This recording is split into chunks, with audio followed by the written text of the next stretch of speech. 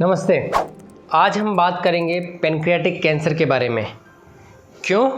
क्योंकि मेरे बहुत सारे सब्सक्राइबर्स ने मुझे बोला सर प्लीज़ पैनक्रियाटिक कैंसर पे एक वीडियो बनाओ, बहुत कन्फ्यूजन है, कहीं कुछ डिस्क्रिप्शन नहीं है, क्या ट्रीटमेंट कैसे होता है।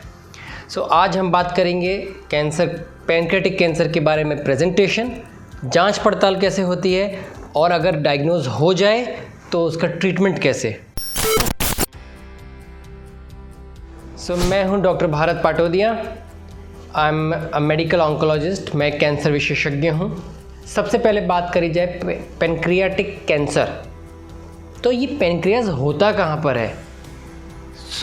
पैनक्रिया एक ऑर्गन है जिसका एक मेन फंक्शन है डाइजेशन। तो ऐसे एंजाइम्स रिलीज़ करता है जो हमारे को खाने को डाइजेस्ट करने और उसको एब्जॉर्ब करने, जैसे इंसुलिन, इस तरह के पैनक्रियाटिक एंजाइम्स हम रिलीज़ करते हैं। कहाँ होता है? लेफ़्ट साइड, पेट के पीछे, ये आप डायग्राम में देख सकते हैं।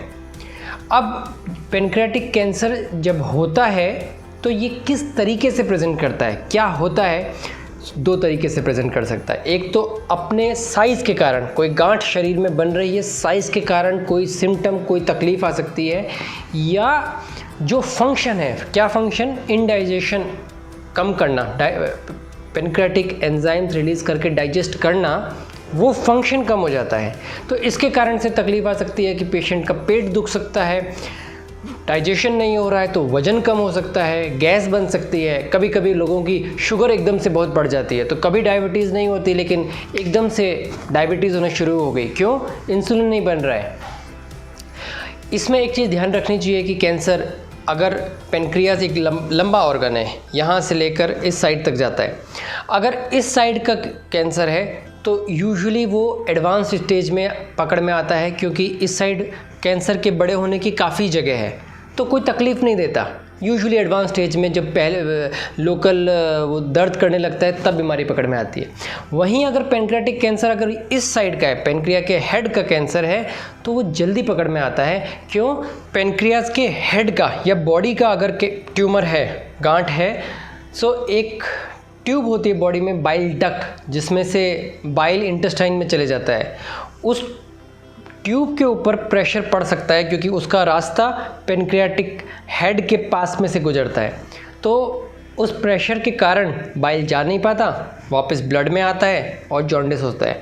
तो पेशेंट जल्दी अर्ली स्टेज के अंदर पकड़ में आ जाते हैं। अब बात करी जाए क्यों हो जाता है पेनक्रियाटिक कैंसर। पेनक्रियाटिक कैंसर क्यों हो जाता है? ये मोस्ट कॉमन क्वेश्चन मेरे से पूछा जाता है कि ये बीमारी मुझे क्यों हो गई। अनफॉर्चुनेटली ज़्यादातर केसेस में हम ये नहीं कह सकते कि पेनक्रियाटिक कैंसर एग्जैक्टली क्यों हुआ, लेकिन इसके होने के कुछ रिस्क फैक्टर्स हैं। अगर वो हैं तो चांसेस हैं पेनक्रियाटिक कैंसर के ज़्यादा होने की। क्या रिस्क फैक्टर्स हैं? जो लोग स्मोकिंग करते हैं, जिन लोगों को डायबिटीज़ है, या जिनकी फैमिली में कैंसर कई लोगों को हो चुका है, जो लोग ओबीज़ हैं, उन लोगों को इस तरह का कैंसर ज़्यादा होता है। और उम्र के साथ साथ कुछ कैंसर का चांसेस बढ़ते हैं, जैसे प्रोस्टेट, पैनक्रियाज और कुछ और। ये कुछ कारण है। अगर आप स्मोकिंग कैंसर कैसे करता है ये मेरे जानना चाहते हैं तो मेरी दूसरी एक वीडियो है, प्लीज़ उसको देखिए। अब आगे बात करते हैं, अगर कैंसर सस्पेक्ट हो गया, पेशेंट को कुछ तकलीफ़ हो रही है, जैसे वेट लॉस हो रहा है, जॉन्डिस आ रहा है, या शुगर एकदम से बहुत ऊपर चले गई है, तो शायद कैंसर का सस्पिशन है, ऐसा हो सकता है कैंसर हो। इस टाइम पे हम काफ़ी सारे टेस्ट करते हैं, जांच करते हैं, 3 चीज़ों को डिसाइड करने के लिए। पहला क्वेश्चन, कैंसर है या नहीं। सेकंड क्वेश्चन, कैंसर है तो किस टाइप का है।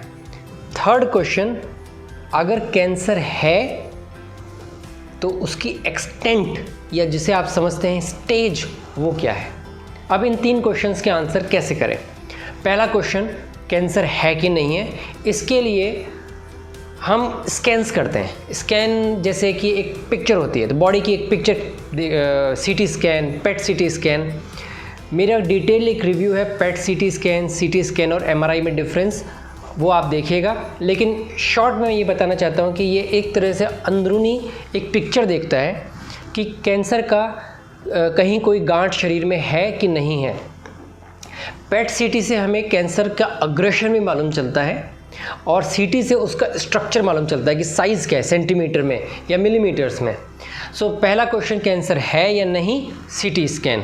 यूजुअली हम डायरेक्टली सीटी स्कैन नहीं करते, अल्ट्रासाउंड कराते हैं। अल्ट्रासाउंड के बाद हम सस्पेक्ट करते हैं कि हाँ कैंसर है और उसके बाद सीटी स्कैन या पेट सीटी स्कैन से उसको कंफर्म करते हैं। कमिंग टू सेकंड क्वेश्चन कि कैंसर का टाइप क्या है। ये ज़रूरी क्यों है? क्योंकि सारा ट्रीटमेंट इस कैंसर के टाइप पे डिपेंड करता है। जैसे पेनक्रियाटिक कैंसर 3 तरह का होता है। सबसे कॉमन 85% एडिनोकार्सिनोमा एक टाइप है। तो आज जो भी डिस्कशन होगा मैं इस एडिनोकार्सिनोमा पे करूँगा। और कुछ टाइप हैं जैसे न्यूरोएंडोक्राइन ट्यूमर ऑफ पेनक्रियास या कार्सिनॉइड ऑफ पेनक्रियास। इसके लिए मैं एक सेपरेट वीडियो बनाऊँगा। आज हम बात करेंगे एडिनोकार्सिनोमा। सो सेकंड क्वेश्चन हम बात कर रहे थे टाइप इम्पॉर्टेंट क्यों है? पूरा ट्रीटमेंट, सर्जरी करनी है नहीं करनी है, कीमो देनी है नहीं देनी है, रेडिएशन देना है नहीं देना है, ये सब इस टाइप पे डिपेंड करते हैं। अब टाइप मालूम कैसे करना है? टाइप मालूम करने के लिए हमें एक बायोप्सी करनी पड़ती है। लोग पूछते हैं बायोप्सी क्या होती है? तो जैसे हम ब्लड सैंपल देते हैं, किसी को शुगर है या कोई और तकलीफ़ है, हम एक सैंपल देते हैं, सुई से ब्लड का एक भाग 1 ml निकाल देते हैं। उसी तरह पेनक्रियाटिक कैंसर हो या पेनक्रियाटिक के अंदर गांठ हो तो हम एक छोटी सी सुई डाल के थोड़ा सा टुकड़ा बाहर निकालते हैं और उसको स्पेशल टेस्टिंग के लिए भेजते हैं माइक्रोस्कोप के अंदर, स्पेशल स्टेन लगा के, स्पेशल टेस्ट लगा के कि इसका टाइप क्या है। तो उससे हमें मालूम चलता है कि एडिनोकार्सिनोमा है या न्यूरोएंडोक्राइन है या कुछ और तरह कोई रेयर टाइप ऑफ कैंसर है। सो आपका दूसरा क्वेश्चन भी आंसर हो गया।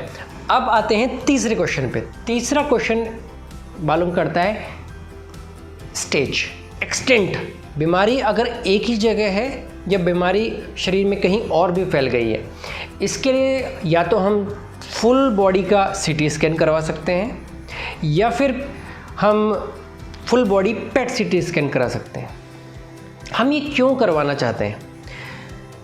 सबसे इम्पॉर्टेंट है, अगर बीमारी एक ही जगह है, छोटी है बड़ी है लेकिन एक ही जगह है, तो हम इसको क्योर कर सकते हैं। सर्जरी लगा के, रेडिएशन लगा के या कीमो से छोटा करके हम इसको क्योर कर सकते हैं। अगर बीमारी अपने एक जगह से जंप होकर किसी और जगह जा चुकी है, जैसे आज के एग्जांपल में पेनक्रिया से जंप होकर लिवर में जा चुकी है या लंग्स में या बोन्स में जा चुकी है, तो इसको हम स्टेज 4 कैंसर बोलते हैं। स्टेज 4 का ये मतलब नहीं कि कोई ट्रीटमेंट नहीं है। स्टेज 4 का मतलब है कि ट्रीटमेंट का पर्पस, ट्रीटमेंट क्यों दे रहे हैं, वो बीमारी को कंट्रोल करने के लिए। इसके लिए इम्पॉर्टेंट है कि हम स्टेज भी मालूम करें। So full body CT scan या फुल बॉडी पेट सीटी स्कैन। अब कैंसर कंफर्म हो चुका है, कैंसर है, जो भी स्टेज हो, स्टेज 1, 2, 3 या फिर स्टेज 4। अब हम कुछ स्पेशल टेस्ट करते हैं ये देखने के लिए कि पेशेंट फिट है ट्रीटमेंट के लिए या नहीं। उन टेस्ट्स में क्या आता है? यूजुअली ब्लड टेस्ट हम करते हैं, जैसे पेशेंट का हीमोग्लोबिन या ब्लड शुगर, किडनी ठीक है कि नहीं, लिवर ठीक है कि नहीं, इस तरह के टेस्ट करते हैं। स्टेज 1, स्टेज 2, इस सिचुएशन में हम डायरेक्टली सर्जरी करना पसंद करते हैं, क्योंकि ये प्रूवन है कि इन स्टेजेस में डायरेक्टली सर्जरी करने से एक पॉसिबिलिटी है कि पेशेंट को डायरेक्टली क्योर किया जाए। सो आइए अब बात करते हैं पेनक्रियाटिक कैंसर के ट्रीटमेंट की, और आज हम बात करेंगे एडिनोकार्सिनोमा के ट्रीटमेंट की। एक टाइप है पेनक्रियाटिक कैंसर में, एक चीज़ सबसे ऊपर है, इसको सर्जरी करके कंप्लीटली बॉडी से बाहर निकाल सकते हैं या नहीं निकाल सकते। तो यूजुअली स्टेज 1, स्टेज 2 जो हमने सीटी स्कैन कराया या पेट सीटी स्कैन कराया, उसमें हमें मालूम चल जाता है कि स्टेज 1 है या स्टेज 2 है। Stage 1, stage 2 usually surgical resection possible होता है, डायरेक्टली हम सर्जिकल उसको निकाल के ट्रीटमेंट कर सकते हैं। स्टेज 3 के अंदर पेनक्रियाटिक कैंसर थोड़ा लोकली एडवांस्ड है, अभी फैला नहीं है लेकिन थोड़ा एडवांस्ड है। इस सिचुएशन में हम उसको कीमो से पहले छोटा करते हैं और फिर सर्जरी करते हैं। अब यहाँ बात सर्जरी की आई तो मैं यहीं भी एक बात बताता हूँ। सर्जरी कई तरीके से हो सकती है। कुछ लोग सर्जरी से बहुत डरते हैं कि पूरा पेट काट के ऑपरेशन होगा, लेकिन आज के मॉडर्न ज़माने में लेप्रोस्कोपिक सर्जरी भी हो सकती है। सो जस्ट एक चीरा लगा के एक दूरबीन डालकर उससे पूरे सर्जरी हो सकती है। सो सर्जरी से डरना नहीं चाहिए। पैनक्रियाटिक कैंसर अगर अर्ली स्टेज में पकड़ आ गया तो एक वरदान की तरह मानिए, इसका पूरा ट्रीटमेंट एंड स्पेशली सर्जरी करवाना चाहिए। सो स्टेज 1, स्टेज 2, डायरेक्टली सर्जरी। तो हम बात कर रहे थे स्टेज 3 या लोकली एडवांस्ड। बीमारी लोकल है लेकिन थोड़ी आसपास चिपटी हुई है। इस सिचुएशन में दो तरह की सिचुएशन हो सकती है। तो हम बात कर रहे हैं स्टेज 3 पैनक्रियाटिक कैंसर की। अभी तक हमने कवर किया स्टेज 1, स्टेज 2 में डायरेक्टली सर्जरी करवा लीजिए। स्टेज 3 थोड़ा सा लोकली एडवांस्ड है तो उसको कीमोथेरेपी देके छोटा करके सर्जरी करना पड़ेगा। यहाँ पे लेकिन आपको एक चीज़ समझनी है, स्टेज 3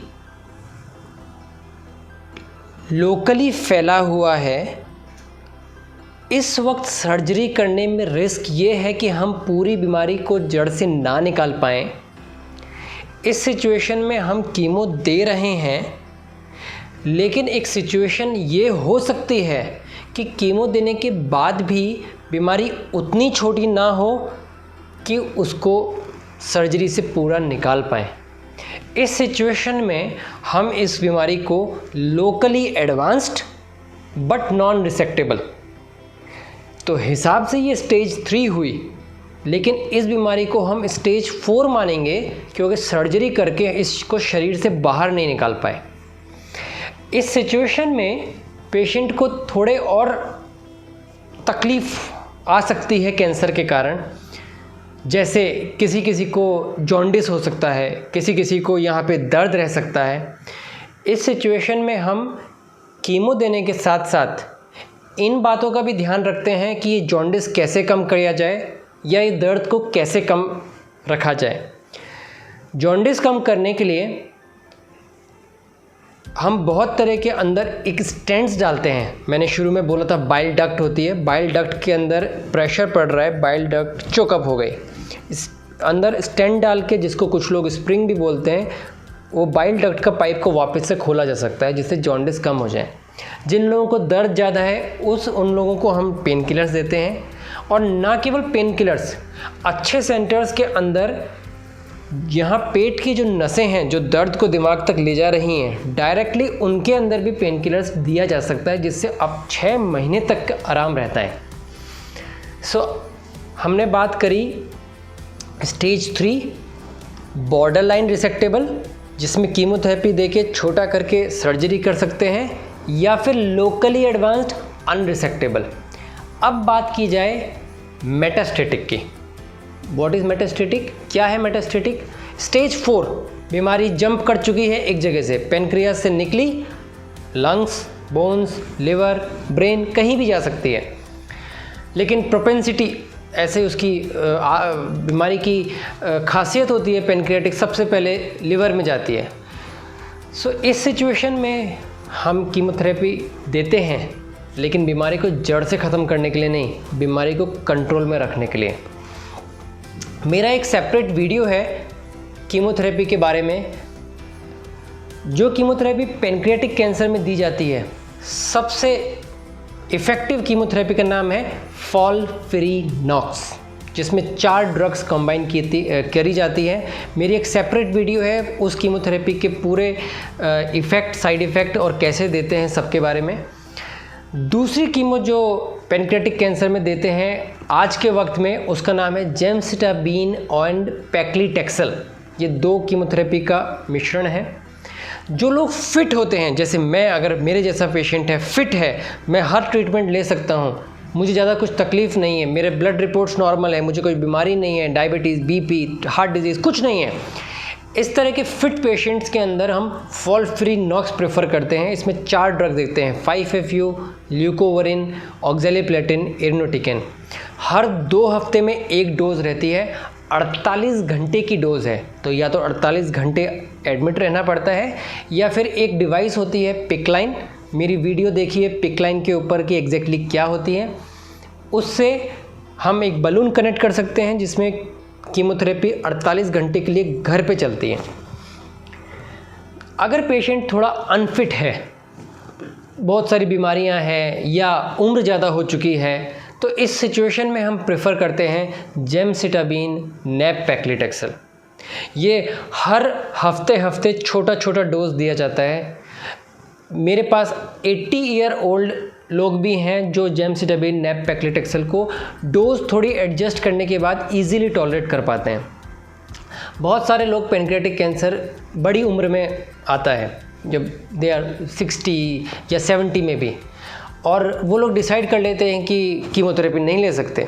लेकिन अगर ढंग से दी जाए, सही डोज दी जाए, तो इस उम्र के लोग भी फॉलफिरीनॉक्स या फिर जेम-पैक्लिटैक्सेल टॉलरेट करते हैं और उम्र को बढ़ाया जा सकता है, तकलीफ़ों को कम किया जा सकता है। सो अभी तक हमने बात कर ली है stage 1, stage 2, stage 3, borderline resectable, unresectable and stage 4 में। इस सिचुएशन में ऑलमोस्ट हर पेशेंट मेरे से एक सवाल ज़रूर पूछता है, सर गोली से ठीक हो सकते हैं क्या? तो मैं आपको बताऊंगा, आज के ज़माने में गोली पैनक्रियाटिक कैंसर में काम कर सकती है अगर एक स्पेशल टाइप का एक ब्लड टेस्ट पॉजिटिव हो, BRCA1 या 2। अगर ये ब्लड टेस्ट पॉजिटिव है, या फिर ये टेस्ट जो हमने बायोप्सी करके शुरू में टिश्यू निकाला था उसके ऊपर भी पॉजिटिव है, तो हम ओलापेरेब नाम की एक गोली पैनक्रियाटिक कैंसर के अंदर दे सकते हैं, जिसके साइड इफ़ेक्ट बहुत ही कम है। और इस गोली के बिना अगर बीमारी 3 महीने रहने वाली, कंट्रोल में रहने वाली है, तो इस गोली के साथ 1 साल कंट्रोल में रहती है। ऑलमोस्ट 3 to 4 टाइम्स बीमारी को लंबा कंट्रोल में रख सकते हैं। अगर पैनक्रियाटिक कैंसर डायग्नोज हो, प्लीज़ BRCA1 and 2 का टेस्ट ज़रूर कराइए। इसके अलावा कुछ बातें पैनक्रियाटिक कैंसर के बारे में जो मैं बोलना चाहूँगा। पैनक्रियाटिक कैंसर काफ़ी कुछ न्यूट्रिशनली बहुत पेशेंट को वीक कर देता है, क्योंकि पैनक्रियाज का मेन फंक्शन खाने को डाइजेस्ट करना है। खाना डाइजेस्ट नहीं होता, भूख नहीं लगती। इस सिचुएशन में बहुत सारे लोग एक तरह की फैट डाइट पे चले जाते हैं, जब वो केवल फ्रूट्स खाते हैं या फिर कोई स्पेशल टाइप ऑफ जड़ी बूटी खाने लग जाते हैं। मेरी रिक्वेस्ट है, पैनक्रियाटिक कैंसर नहीं, सारे कैंसर से न्यूट्रिशन का स्पेशली ध्यान रखिए। इस वक्त जब आप कीमोथेरेपी कैंसर से लड़ रहे हैं, हाई कैलोरी डाइट सबसे ज़्यादा इम्पॉर्टेंट है। अगर आपको डायबिटीज़ नहीं है तो आइसक्रीम को मेल्ट करके दिन में 2-3 बार पीजिए, या फिर चॉकलेट्स, या फिर कच्चा कोकोनट, कच्चा खोपड़े का क्रीम खाइए। मेरी एक सेपरेट वीडियो है जिसके अंदर मैं कैंसर पेशेंट जिनका कीमोथेरेपी चल रहा है या वज़न लॉस हो रहा है, उनको हाई कैलोरी डाइट कैसे अचीव की जाए, मेरी एक सेपरेट वीडियो है, प्लीज़ देखिए।